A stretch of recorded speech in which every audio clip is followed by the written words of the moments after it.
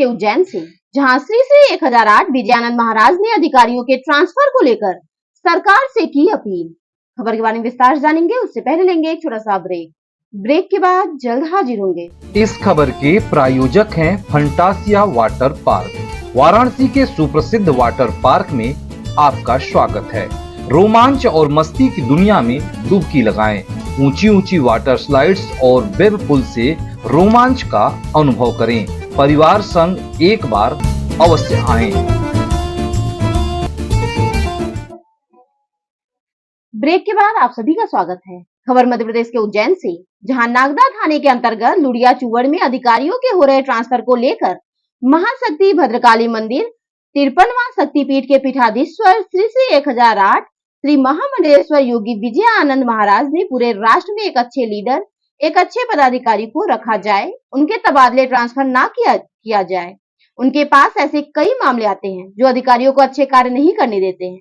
एक और मामला सामने आया है। योगी विजय आनंद महाराज ने शासन प्रशासन को अवगत कराने की कोशिश और प्रयास की है कि गवर्नमेंट सर्विस में जितने भी पदाधिकारी पदस्थ हैं, कार्यरत हैं, वह मेरा परिवार है। आगामी विषय को देखते हुए योगी विजयानंद महाराज ने कहा कि हर गवर्नमेंट के अधिकारी को कम से कम 2 साल तक जहां वह सर्विस कर रहे हैं वहां पर पदस्थ रखा जाए। उससे उनका हौसला बढ़ता है और अच्छे कार्य करने की उम्मीद होती है। देखिए मध्य प्रदेश से कमल चौहान की खास रिपोर्ट। एकदम से व्यवस्था थोड़ी कर पाऊंगा।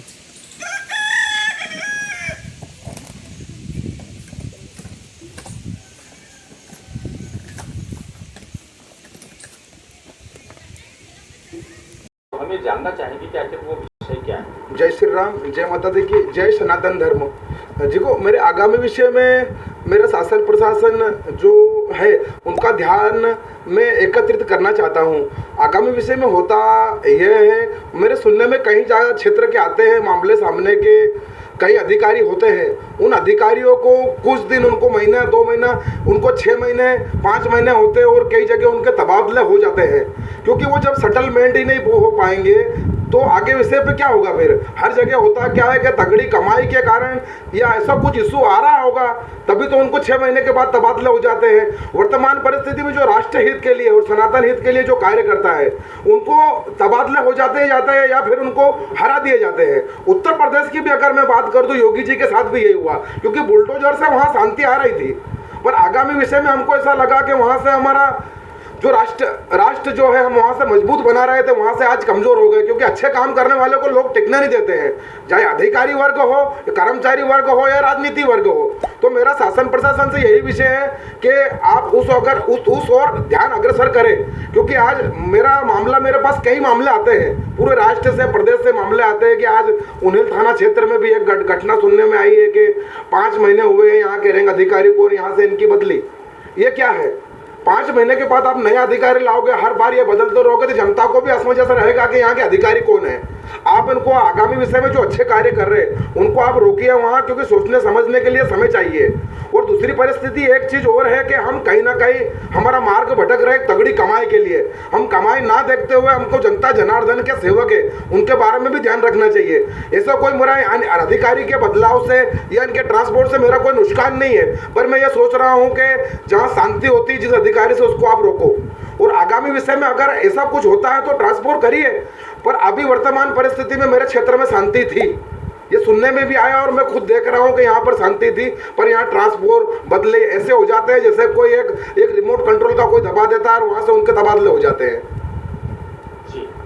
और गुरुदेव, अगर मान लीजिए कि आपकी इन बातों को लेकर शासन प्रशासन अगर नहीं जागता है तो फिर इसके आगे के लिए आप क्या? देखो, शासन प्रशासन से मेरा यही विषय है कि आप एक अच्छा पॉलिटिकल नेता हो, राष्ट्र हितैषी, या एक अच्छा यहाँ का रैंक अधिकारी हो, कोई से भी विभाग में, विभाग कोई सा भी, सरकारी विभाग कोई सा हो भी, मैं हर जगह मेरे को सुनने में आता है कि गुरुजी हमको बस खाली 2 महीने हुए बदली हो गई, 4 महीने हुए बदली हो गई, 6 महीने हुए बदली हो गई। ये क्या है? अरे बाल बच्चे वाले होते हैं अधिकारी, उन्होंने पढ़ाई की है, इस रैंक पे पहुंचने के लिए रात दिन की मेहनत की है।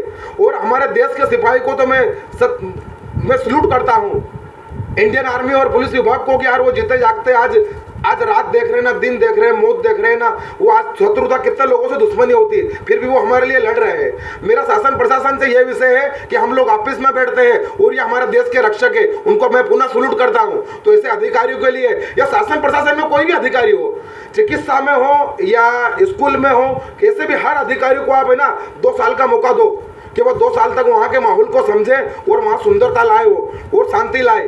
आप ये बदली का मामला है ना, ये जो नोट वोट से मामला चल रहा है ना, ये रिमोट कंट्रोल आपके बंद कर दो तो हमारा राष्ट्र में सुधार होगा।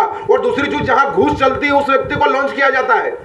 आपके ऊपर मेरा एक विषय और है, शासन प्रशासन को मैं अवगत करा सकता हूं क्योंकि मैं धर्माचार्य का राष्ट्रीय अध्यक्ष हूं। इस पूरे राष्ट्र को देखना मेरा कार्य है, जहां गलत होगा वहां मैं बोलूंगा, क्योंकि मेरे पास कोई ये तो है नहीं ड्यूटी कि मैं सस्पेंड हो जाऊंगा या मेरा कोई लाभ है, और मेरे किसी अधिकारी के रहने से कोई लाभ नहीं है। पर मैं देख रहा हूं जो अच्छा अधिकारी है आप उसको 2 साल का मौका दो, जो यहाँ रुके और अच्छे काम करे।